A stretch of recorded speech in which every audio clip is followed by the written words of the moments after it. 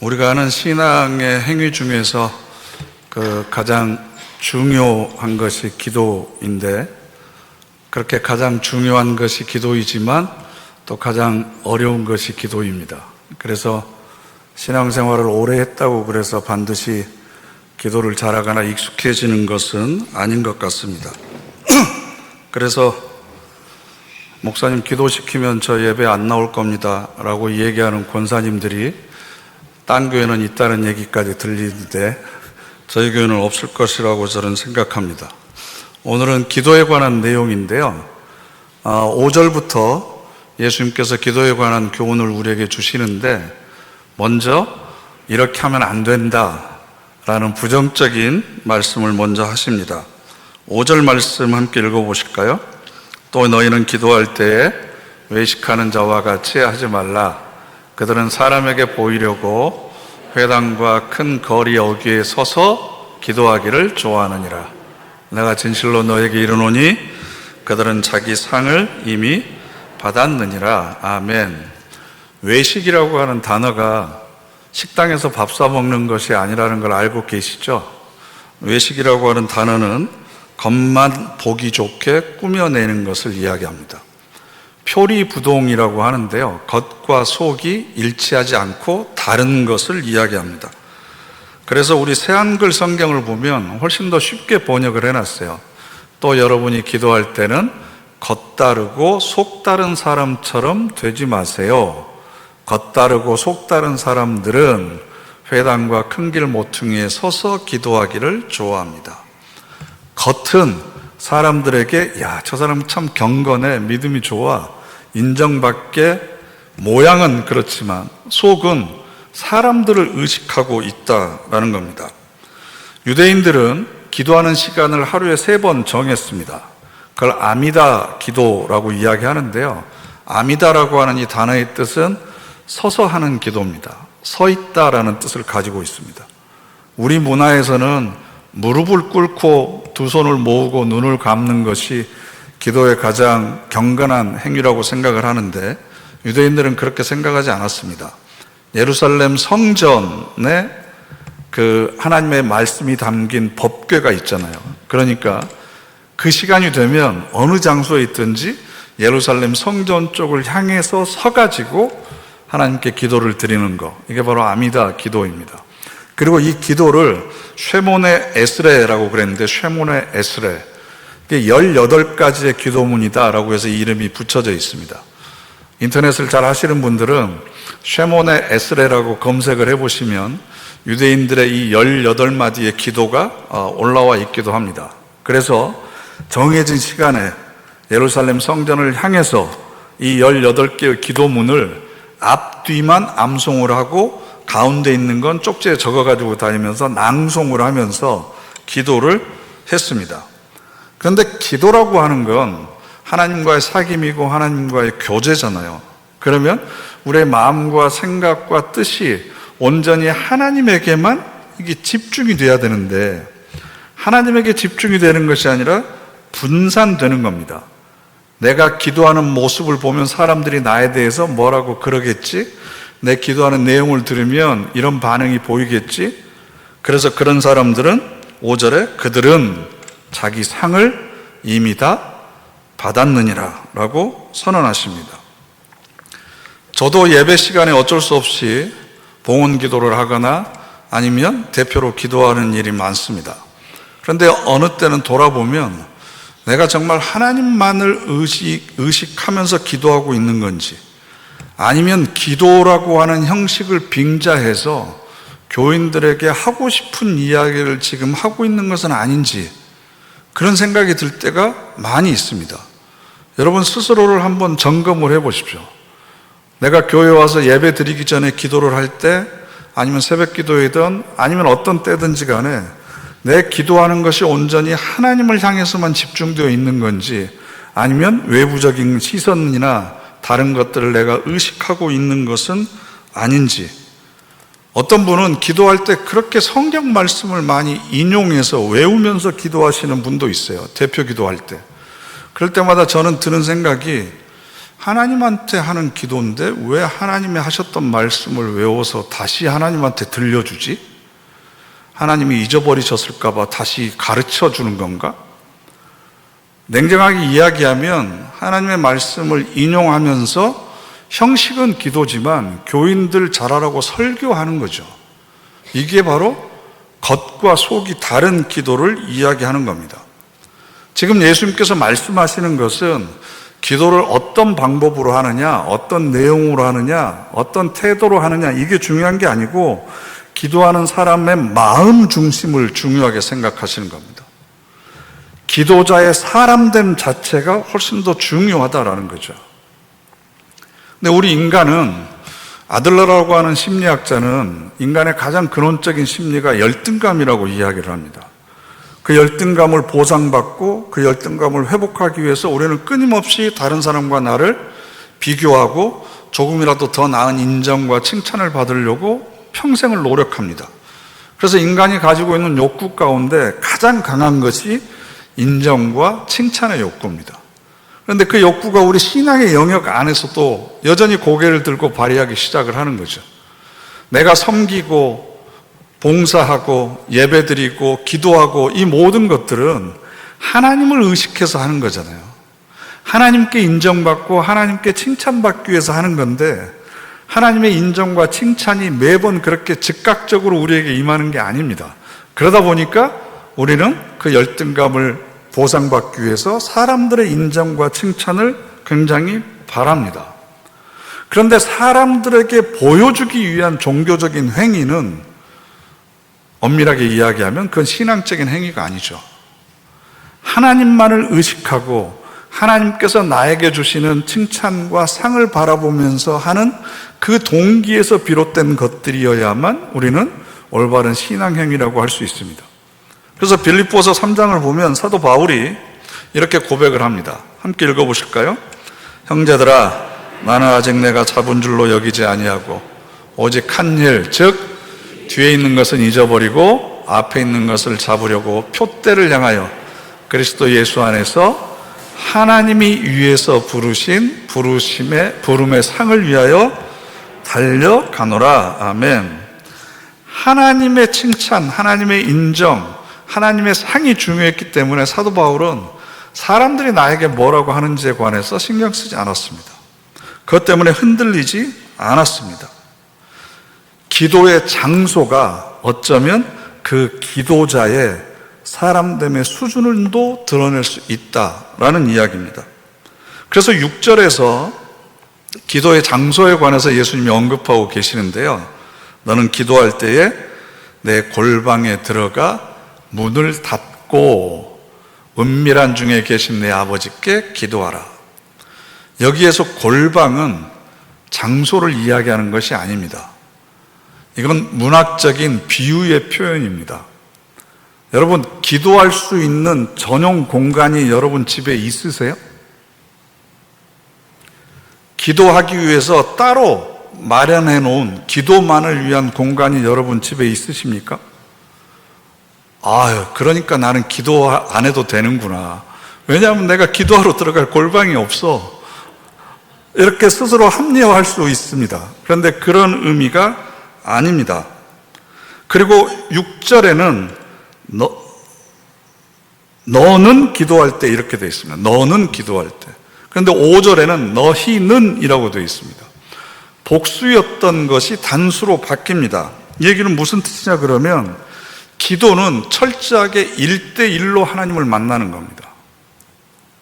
인격적인 만남은 1대 다가 아니고 1대1로 만날 때 인격과 인격이 만날 수 있습니다. 기도도 마찬가지입니다. 기도가 집단적이 되면 그건 개별성이 말살돼 버립니다. 우리도 옛날에 기도원이나 부흥집회 하면 집단으로 통성기도 주여 삼창하고 막 이렇게 기도했었잖아요. 그런 기억이 있으시죠? 안 하셨군요. 근데 그렇게 집단적으로 기도를 하다 보면 선동적이 됩니다. 개별적인 인격성이 사라집니다. 남들과 함께 기도하다 보니까 휩쓸려서 분위기에 젖어서 집중하지 못하고 다른 사람의 소리에 내 소리가 먹히고 그러다 보니까 더 크게 기도하고 그런데 기도를 하면서 내가 무슨 기도를 하고 있는지조차 마음 쓰지 못할 때가 너무나 많이 있습니다. 물론 우리가 설교를 끝나고 합심하는 기도가 있습니다. 목적이 뚜렷할 때 하는 겁니다. 그럴 때 우리가 드리는 기도도 사실은 하나님과 나와의 개별적인 만남이 전제되어 있어야 됩니다. 그런 개인이 모여서 함께 기도를, 한 가지의 뜻을 놓고 기도를 하는 거죠. 즉 오늘 나에게 주신 설교를 통해서 받은 은혜를 내가 내 삶 속에서 잘 적용할 수 있도록 결단하는 의미로 우리 모두가 다 합심하는 거지, 그렇다고 해서 저 사람의 결단이 나에게 적용되는 게 아닙니다. 내 결단을 가지고 하나님을 만나는 1대1의 만남이 전제되어 있어야 됩니다. 그리고 그 기도는 항상 골방에서 해야만 됩니다. 그런데 이 골방이라고 하는 단어는 물리적인 장소를 이야기하는 것이 아니라 우리 마음속에 깊이 감추어진 시면을 이야기합니다. 그래서 은밀한 중에 계시는 내 아버지라고 하는 표현이 있잖아요. 내 마음 깊은 곳에, 은밀한 곳에 계시는 그 아버지 하나님께서 머물러 계시는 그곳이 바로 골방입니다. 근데 우리말 성경에는 내 골방에 들어가 문을 닫고 이렇게 되어 있는데요, 헬라어 원문을 보면 문 앞에 너의라고 하는 소유격이 있습니다. 그러니까 직역을 하면 내 골방에 들어가 내 문을 닫고 이렇게 되어 있습니다. 그럼 문을 닫는다라고 하는 의미가 무엇이겠습니까? 다른 사람의 시선을 향해서 열려있는 마음의 문을 닫으라는 겁니다. 세상을 향해서 열려있는, 세상의 소음을 향해서 열려있는 문을 닫으라는 겁니다. 욕망의 문, 이기적인 욕심의 문을 닫아야 된다는 겁니다. 그래야만 그 골방에 계신 분에게 모든 마음을 집중할 수 있다는 거죠. 세상적인 소음에 휩쓸리지 말고, 내 욕망, 자아에서 울려나오는 그런 소음에 휩쓸리지 말고 마음속에 깊고 그윽한 자리, 그곳으로 내 마음을 집중해야 된다는 겁니다. 그곳이 바로 하나님의 거룩한 영이 머무는 장소이기 때문에, 그리고 그곳에 머물고 계시는 거룩한 영, 깨끗한 마음을 통해서 우리가 하나님께 기도를 드리게 되면 단순히 내 욕망을 충족시키기 위한 기도는 훨씬 더 많이 줄어들겠죠. 기도는 내가 하는 것이 아닙니다. 처음에는 내가 하는 것 같습니다. 내 필요에 따라서 내가 원하는 것이 있어서, 그래서 내가 하나님께 간구하는 것 같지만 조금만 더 깊이 기도의 단계에 들어가면 이건 내가 하는 것이 아니구나. 그래서 사도 바울도 로마서 8장 26절 말씀을 보면 이와 같이 성령도 우리의 연약함을 도우시나니 우리는 마땅히 기도할 바를 알지 못하나 오직 성령이 말할 수 없는 탄식으로 우리를 위하여 친히 간구하시느니라. 그러면 이 성령은 어디 계신 분이세요? 내주하시는 분이죠. 내 안에 머물러 계시는 거룩한 영을 이야기합니다. 그분이 우리를 대신해서 저 마음속 깊은 곳에서 탄식하면서 우리를 위해서 간구하고 계십니다. 그러니까 사실 내가 말로, 생각으로 하는 기도보다도 더 깊은 기도 가운데 우리가 머물러 있기를 소망해야 됩니다. 내가 기도하는 것 같지만 나에게 기도할 마음을 불러일으키신 분이 누구예요? 기도의 필요성을 깨닫게 하신 분이 누굽니까? 기도의 자리로 내 발걸음을 인도하신 분이 누굽니까? 내 입술을 열게 하신 분이 누구고, 기도하는 과정에서 하나님의 뜻을 깨닫고 분별하고 순종할 수 있는 결단을 할 수 있도록 나를 끌고 가시는 분이 누구세요? 그러고 보면 기도는 내가 하는 게 아니라 내 안에 계신 거룩한 영이 나를 감동해서, 나를 통해서 하나님께 기도하는 겁니다. 그렇게 내 안에 계신 영이 기도하는 것을 우리가 듣는 것이 사실은 기도의 자리거든요. 그런데 이런 기도가 우리나라 개신교에서는 찾아보기가 힘듭니다. 새벽 기도, 철야 기도 등 몇 시간이고 계속해서 입을 쉬지 않고 하나님 앞에 쏟아붓는 것이 간절한 기도고 열심히 있는 기도라고 생각했습니다. 더군다나 주여 삼창 하면서 통성기도 하면 교회 천장이 들썩거릴 정도는 해야 되고, 그것도 부족하니까 하늘을 향해서 두 손을 치켜들고 부르짖어야 되고, 그것도 안 되니까 굶어가면서까지 마치 애들이 부모에게 때를 쓰면서 졸라대는 것처럼 기도해야만 하나님께서 그 기도에 귀를 기울여 주시고 들어주시는 것으로 착각했습니다. 심지어는 말투조차도 굉장히 불경스럽습니다. 공손하지 못합니다. 침을 튀기면서 소리를 지릅니다. 그러면서 내가 하나님한테 이렇게 얘기했더니 하나님께서 들어주셨어. 심지어는 이게 바로 하나님의 뜻이야 라는 식의 말도 안 되는 소리를 하는 겁니다. 여러분, 내가 하나님의 뜻이 무엇인지를 헤아릴 수 있다고 한다면 그 존재가 나보다 우월한가요? 열등한가요? 내가 인식하고 파악할 수 있는 존재라고 한다면 그 존재가 내 기도의 대상이 될 수 있겠습니까? 하나님의 뜻을 우리가 어떻게 알아요? 그런데 내가 하나님의 뜻을 안다는 겁니다. 그리고 내가 기도했더니 하나님의 뜻이 무엇이라고 나에게 가르쳐 줬다는 겁니다. 그리고 심지어는 내가 기도했더니 하나님의 뜻을 바꾸셨대요. 더 나아가면 하나님도 말 안 들으면 나한테 혼난대요. 이런 말도 안 되는, 정말 한국 기독교가 왜 이렇게 영성이 천박하게 됐는지, 내가 지금 기도하고 있는 대상이 어떤 분인지에 대해서 전혀 생각하지를 못하고 기도라고 하는 것을, 내가 원하는 것을 어떻게 하면 얻어낼 수 있을까에만 계속 집중해서 우리는 기도에 대한 훈련과 연습을 해왔습니다. 이것이 얼마나 잘못되어 있는지 예수님께서 산상수훈에서 정확하게 꼬집어 말씀하셨음에도 불구하고 기독교 100년이 넘는 역사 가운데 우리는 이 말씀을 외면했습니다. 그래서 7절 말씀을 보면 그들은 말을 많이 하여야 들으실 줄 생각하느니라. 기도를 오래 하고 길게 하고 큰 소리로 하는 것이 그 기도자의 간절함을 드러내는 것이 아니다 라는 겁니다. 단지 이것은 기도할 때 말을 많이 하지 말아라 라고 하는 정도의 수준의 의미가 아닙니다. 기도에 대한 근본적인 이해를 바꿔야 된다는 거죠. 그게 바로 8절 말씀인데요. 8절 말씀 함께 읽어보시죠. 그러므로 그들을 본받지 말라. 구하기 전에 너희에게 있어야 할 것을 하나님 너희 아버지께서 아시느니라. 아멘. 우리의 기도의 대상이 누구라고요? 하나님 아버지이십니다. 아버지. 아버지이신 하나님께서 내가 무엇을 필요로 하는지 구하기도 전에 이미 알고 계신다는 겁니다. 구하지 않아도 아버지가 이미 알고 계시는데 마치 전혀 모르고 있는 것처럼 생각해서 이것도 필요하고 저것도 필요하다는 식으로 중언부언 장황하게 큰 소리로 늘어놓습니다. 어떻게 보면 지금까지 우리가 드렸던 모든 기도의 형식을 지금 깨부수는 겁니다. 왜냐하면 기도라고 하는 것은 하나님과의 교제입니다. 하나님과 사귀는 겁니다. 그렇죠? 하나님을 깊이 알아가는 겁니다. 그러면 내가 원하는 것을 얻기 위해서 하나님을 이용하거나 수단화하는 것이 아니고 나를 향하신 하나님의 뜻이 무엇인지 알고 거기에 내 뜻을 바꾸는 것이 기도입니다.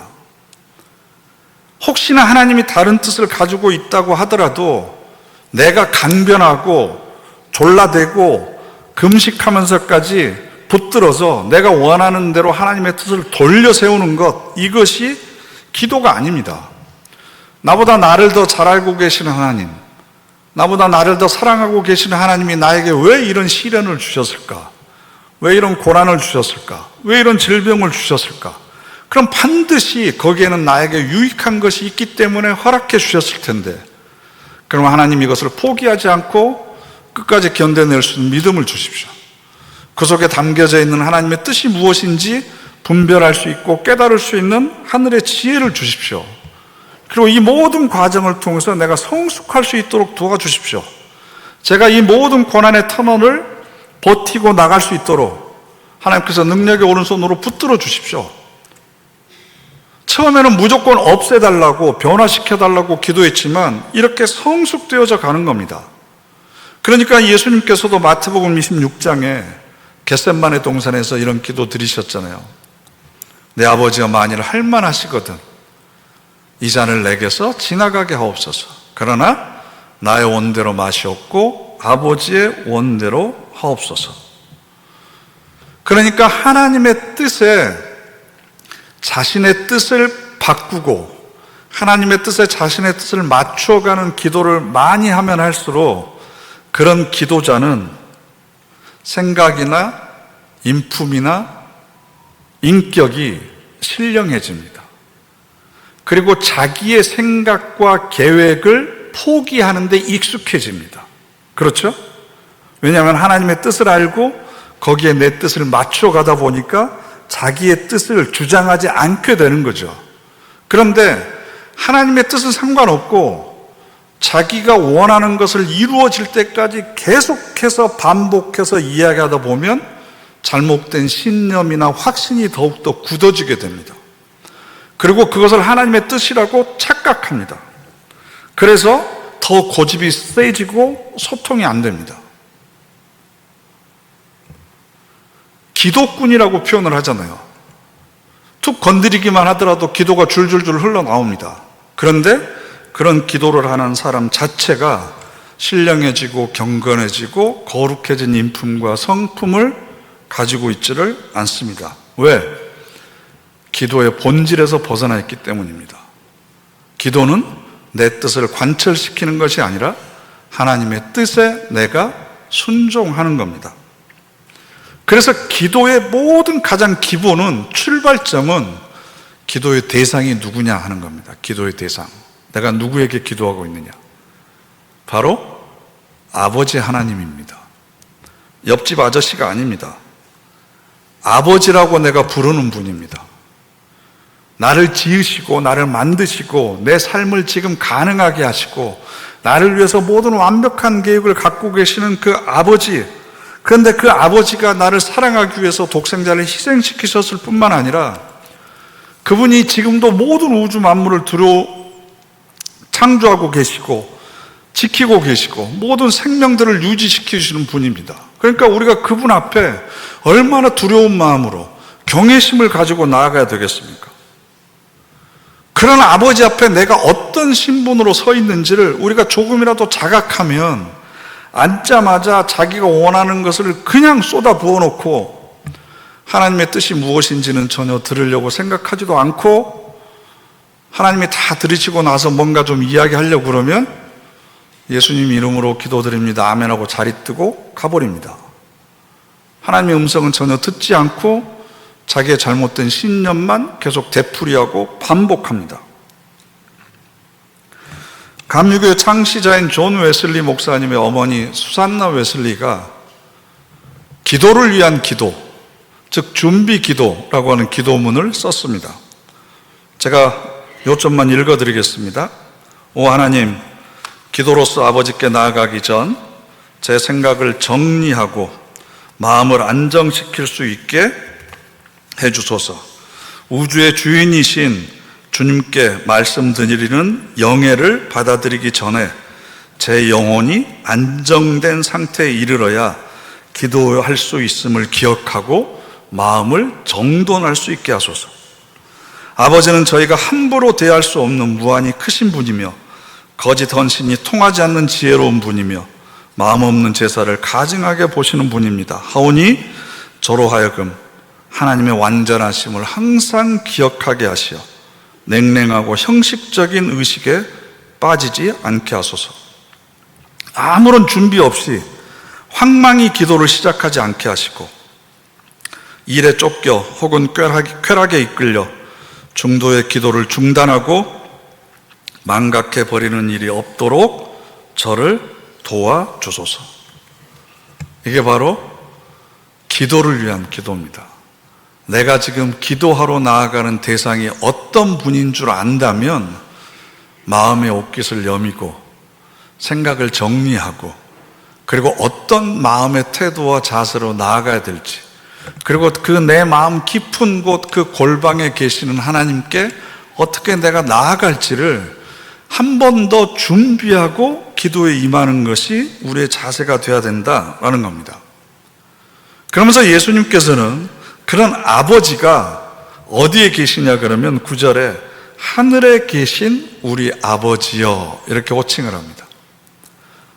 그런데 우리 성경책에는 그 의미를 좀 분별하기가 어려운데요, 10절에 보면 뜻이 하늘에서 이루어진 것 같이 해서 10절에서도 하늘이라고 하는 단어가 나옵니다. 그런데 10절에 나와 있는 하늘은 우라노스라고 그래서 단수입니다. 단수. 그런데 하늘에 계신 우리 아버지 할 때 이 하늘은 우라노이 해서 복수입니다. 그러니까 직역하면 하늘들에 계신 우리 아버지여 이렇게 됩니다. 그럼 여기서 하늘이 과연 어떤 곳인가? 하늘은 하나님께서 임재하시는 곳을 상징하는 비유적인 표현입니다.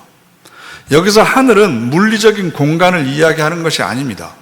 우주 비행사가 우주선을 타고 가가지고 우주 어느 곳에서 발견할 수 있는 곳이 하늘이 아니고 하나님의 임재가 있는 곳이 바로 하늘입니다. 즉 하나님이 계시는 영적인 차원, 바로 우리 마음 깊숙한 곳으로 침잠에 들어가야만 만날 수 있는 그 장소를 이야기하는 거죠. 그 무의식 깊은 곳에 하나님의 영이 우리와 함께 계신다라는 겁니다. 그러니까 앞서서 얘기했던 내 마음의 골방과 하늘은 비유적으로 같은 곳을 가리키고 있습니다. 하나님께서 우리 안에 머물러 계시는 깊은 곳입니다. 그렇기 때문에 하나님이 머무르는 그 하늘은 여러분 안에도 있습니다. 이분 안에도 있고 저분 안에도 있고 제 안에도 있습니다. 그러니까 하늘들에 계신 우리 아버지가 되는 겁니다. 내 하늘 안에만 있으면 내 아버지이지만 그 하나님은 내 하늘 안에만 계신 분이 아니라 바로 여러분의 마음 깊은 곳에 있는 하늘에도 똑같이 계신 분이 바로 아버지이십니다. 그러니까 하늘들에 계신 우리 아버지에게 기도할 때 당연히 우리의 기도는 개인적인 욕심을 채우기 위한 기도가 될 수가 없습니다. 내가 기도하는 분이 어떤 분이신 줄 안다면 당연히 우리를 위해서 공익적인 것을 위한 기도가 돼야 되지. 우리 아버지한테 하나님 저만 잘 되게 해주세요. 우리 아들 합격해야만 되니까 다른 집 아들은 떨어지게 해주세요.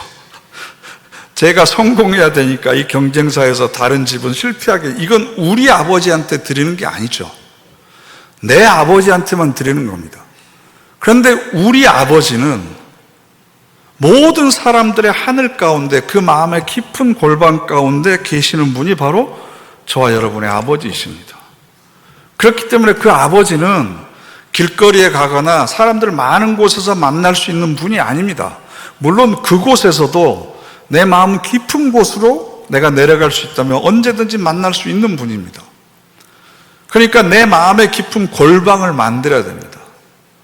하나님의 영이 머무를 수 있는 하늘이 내 영혼의 시면 가운데 마련되어야 됩니다. 그러면 우리는 산 위에 가든 어디에서든지 내 안에 계신 아버지와 동행하고 그분의 음성을 듣고 그분과 교제하는 삶을 살 수 있습니다. 기도는 형식이 중요한 게 아닙니다. 방법이 중요한 게 아닙니다. 침묵으로 해야만, 아니면 통성으로 해야만, 아니면 길게 해야만, 그게 아니고 내 안에 계신 하나님을 내가 의식하고 그분을 아버지로 고백하고 그분과의 깊은 교제 가운데서 내가 드리는 기도가 아니라 내 안에 계신 거룩한 영이 나를 통해서 드리는 그 기도를 내가 받아들이고 수용하는 것, 그게 바로 우리가 추구해야 될 기도의 자리입니다. 이렇게 말씀드리다 보니까 기도를 더 어렵게 이야기하는 것 같아서 굉장히 죄송하기는 하지만 기도의 원래의 의미, 다른 종교에서 말하는 기도와 우리 기독교에서 말하는 기도가 어떤 차이가 있는지, 그리고 우리가 드리는 기도가 어디에 집중돼야 되는지 여러분 한번 진지하게 이 말씀을 계속해서 곱씹으면서, 그래서 기도를 통해서 우리가 하나님의 자녀로 더 많은 부유함을 누리며 살아가게 되시기를 간절히 바랍니다. 기도하겠습니다. 이 시간 우리 다 같이 합심해서 결단의 기도 드리겠습니다. 하늘에 계신 우리 아버지, 내가 기도하고 있는 대상이 누구인지 항상 깨어 있기를 원합니다. 하늘에 계신 우리 아버지가 원하시는, 그리고 내 안에 계신 성령께서 나를 위해서 간구하시는 그 기도를 항상 듣기를 원합니다. 그래서 기도를 통해서 하나님과 더욱더 깊은 사귐 가운데로 나아가는 우리 모두가 되게 하옵소서. 우리 다 같이 합심해서 결단의 기도 드리겠습니다.